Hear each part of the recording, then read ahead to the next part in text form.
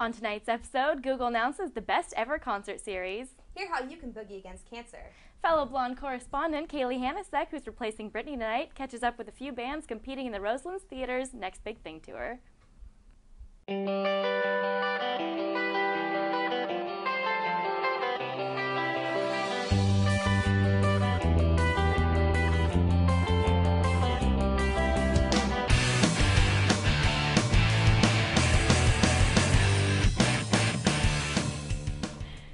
Welcome to Music Fusion Fridays here on KBVR. I'm Maya Holmes. And I'm Kayley Hanacek.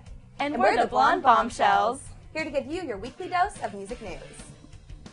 Usually the day after the Grammys is devoid of any music news that doesn't relate to the previous night's show. But as we all know, Radiohead doesn't adhere to any normal set of rules. And just like that, the band's new album, The King of Limbs, is now available. According to David Mallitz of The Washington Post, it is the band's first album since 2007's In Rainbows, which was their first and announced self-release in their own very short order. It is their 8th album to date. It is available for digital order right now and is also available in what the band is calling newspaper format. 2 clear 10-inch vinyl records, a CD, and many large sheets of artwork. So be sure to look out for Radiohead's newest album, The King of Limbs. Portland State University has had quite the treat this past week, which came in the form of one of America's foremost choral composers, Morton Lauridsen, who came to PSU for a residency and several performances. According to James Bash of Oregon Music News, Lauridsen's 7 vocal cycles and series of sacred a cappella motets have been incredibly popular, garnering 4 Grammy nominations while also being featured on 200 recordings. Lauridsen, who was born in Colfax, Washington, grew up in Beaverton, where he attended Sunset High School. He has served on the music faculty at the University of Southern California for more than 30 years and, in 2006, was named an American Choral Master by the National Endowment for the Arts. In 2007, he also received the National Medal of the Arts. Dr. Ethan Sperry, who is PSU's Director of Choral Activities, was the one who invited Lauridsen to PSU. After his week of residency, Lauridsen will perform tonight, February 25th at 8 p.m. at the First United Methodist Church with the PSU Chamber and University Choirs, Women's Chorus, and the PSU Symphony Orchestra. Lauridsen's final performance will be Sunday, February 27th at 3 p.m., also at the First United Methodist Church, and it will feature choirs from the First United Methodist Church, First Unitarian Church, and the Westminster Presbyterian Church and Orchestra. If you want to see either one of these great shows, you can get your tickets at the door or at the PSU box office. Speaker Minds has not only found it effective, but also enjoyable to incorporate community activism with their first musical event. Last November, the 6-piece hip-hop fusion band was given the opportunity to tour several inner-city high schools in the greater Portland area, performing and hosting writing workshops through Open Meadows' Step Up program. As positive and socially conscious lyricists, the group is set on raising money to fund recording and promoting of their debut EP titled Speaker Your Mind. They plan to rent a van to transport them and their equipment across the country for 3 to 4 weeks, visiting at least 15 different cities.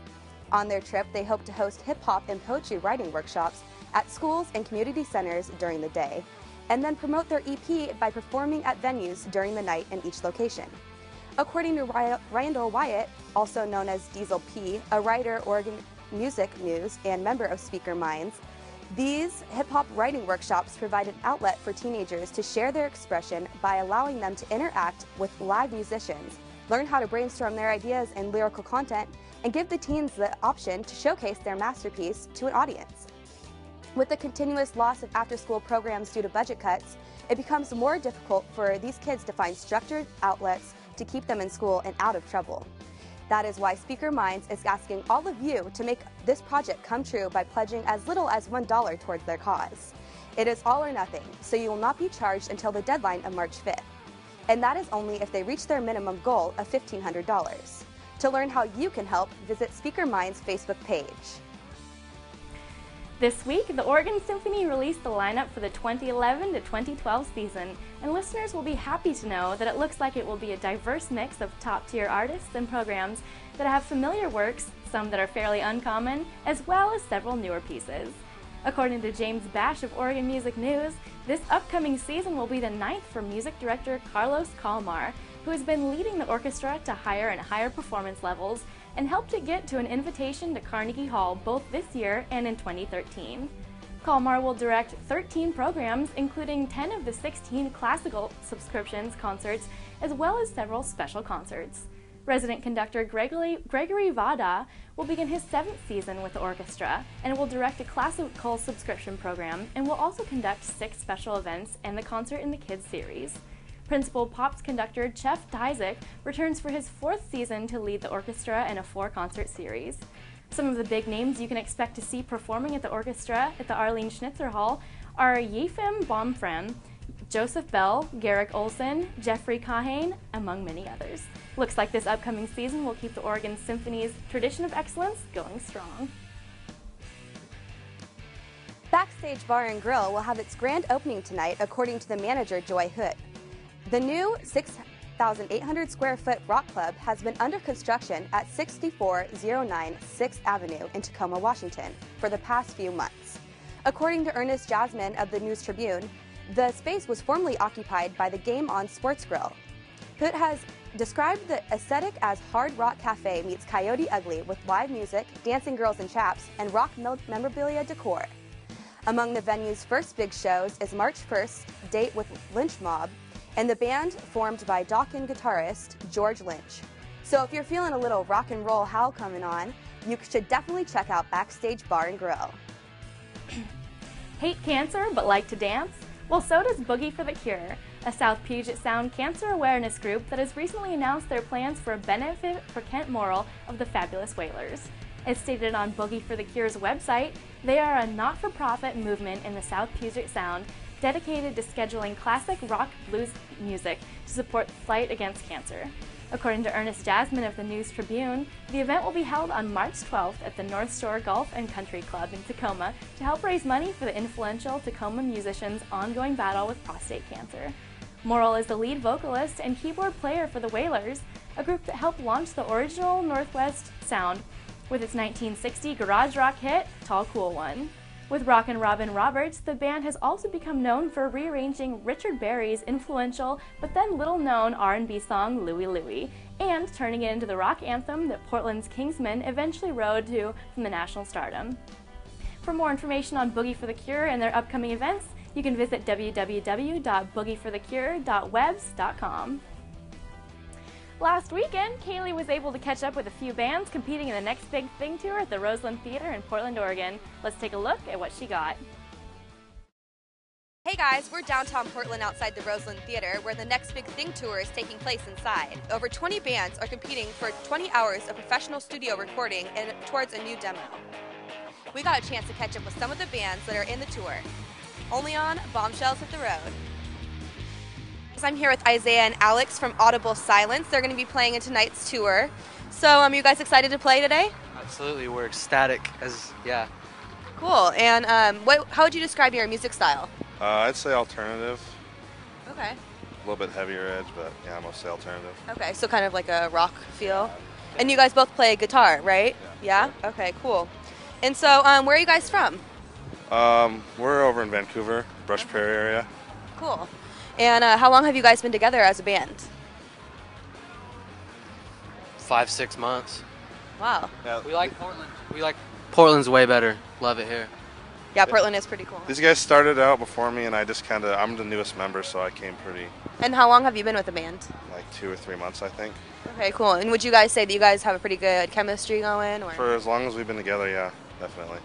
Cool. Gel pretty well. Yeah. So, how can viewers listen and find your music? Come to the Roseland tonight, 6:50 to 7:10, or you can go on Facebook, Audible Silence, AUDIBLE space SILENCE. That's us. I have demos up already, but we're hoping to get a full-length album recorded for the viewers' enjoyment. Cool, cool. And so, are you guys have any other shows lined up for this month or the coming year? Not exactly right now. Not that we know about. Well, if we win this, then recording, yeah. But if not, we're just gonna record the best demo we can at home. So yeah, that's really what's after this is recording that demo. So. Okay, cool. Well, thanks guys for being with me today, and check out Audible Silence. I'm here with the Angry Dragons, Jason and Andrew. Both play guitar and both vocals. So, where are you guys from? Albany, Oregon. Okay, cool. And how would you describe your music style? Blues rock, a little fast paced, but then we have some acoustic and slow stuff. It's a mixture. Cool. So you guys are all over the map there, but tied together nice. Okay, cool. And how long have you guys been together as a band? Me and Jason have been playing for about a year and a half now, but then when we heard about the show, I knew a bass player and a drummer, and we got hooked up with them. So. Okay, so you guys kind of set up the band for the show. We've been playing for like a month or two. So did you guys set up the band basically to play in the... For sure, and it worked out great. Do you guys think you're going to win the contest? Yeah. Yep. Hopefully, yeah. High hopes. I'll be so cocky about it, but... And so, what can we expect to see from you guys in the future? Do you have any upcoming shows or any other plans? After this, we're going to try our best to do shows, but we're just going to look around the Willamette Valley, everything around Oregon, basically. Hopefully get huge one day. That's our dream. Your dream? Going to tour? One day. And so, how can viewers and the viewers at home find your guys' music? Well, right now we don't have anything because we're hoping to win this because then we get 20 hours free recording and demo track and stuff. But we're going to make a website for our band and put our music on there. But I couldn't really say how right now. Not yet? Not yet. So, for being the Angry Dragons, how angry are you guys? We're not that angry. We're actually pretty calm. We're actually really relaxed and just carefree guys. Very spiritual. You can say hippies, I guess. Cool. Well, good luck out there, you guys. And thanks for taking the time to talk with me today. Thank you. I'm with Kyle, John, and Brian of An Epidemic at Hand. So how would you guys describe your music style? He'd be the best to describe that. Well, I would say if Bring Me the Horizon, Attack Attack, and Devil Wears Prada all had a baby, and then turned around and met a little bit of like dubstep type stuff, like techno, that'd be us. Cool. So you guys, would you consider yourself to be a unique type of sound then? Most definitely, yes. Yeah? Okay. And how long have you guys been together as a band? 1 year, actually. Wow, that's a pretty long time. And so where are you guys from? Are you guys all from the same place? Yeah, we're from Dallas. Okay. Dallas, Oregon. Just to clarify. And so are you guys excited to perform tonight or today? Yes, we are actually. We've been looking forward to this for quite a while now. How long have you guys been practicing for the show? We've been practicing a long time. We practice hard for this show. We've written like 3 new songs for this. Wow. So do you guys think you're going to win then? I'm not going to say that because there's a lot, like 3 other really good bands that, like really good competition, so it's up in the air. You guys have high hopes then? Yeah, definitely. Good chance? Okay. And so how can viewers at home find your music? they can go to Facebook or MySpace. Or they can get on YouTube too. We have music on there also. So all they have to do is search An Epidemic at Hand? Yes. Okay, cool. And what can we expect to see from you guys in the future? Any shows planned besides this, or? Yes, we'll be playing a lot of more local shows, definitely. Okay. We're going to be going on tour in June 2011. It's called the Our Pants Aren't Too Tight Tour. We're going to be going on tour with Our Mistake and Grace, and it's going to be a 2-week-long tours around Oregon. So. Okay, cool. Where's the tour going to kick off? Not exactly sure. We're still setting it up, so all the information will be on our Facebook as soon as we get it. So. Okay, cool. Well, thanks for being with us today, guys, and good luck out there. Thank you. All right, guys, that's all we have from downtown Portland today, but back to you in the studio.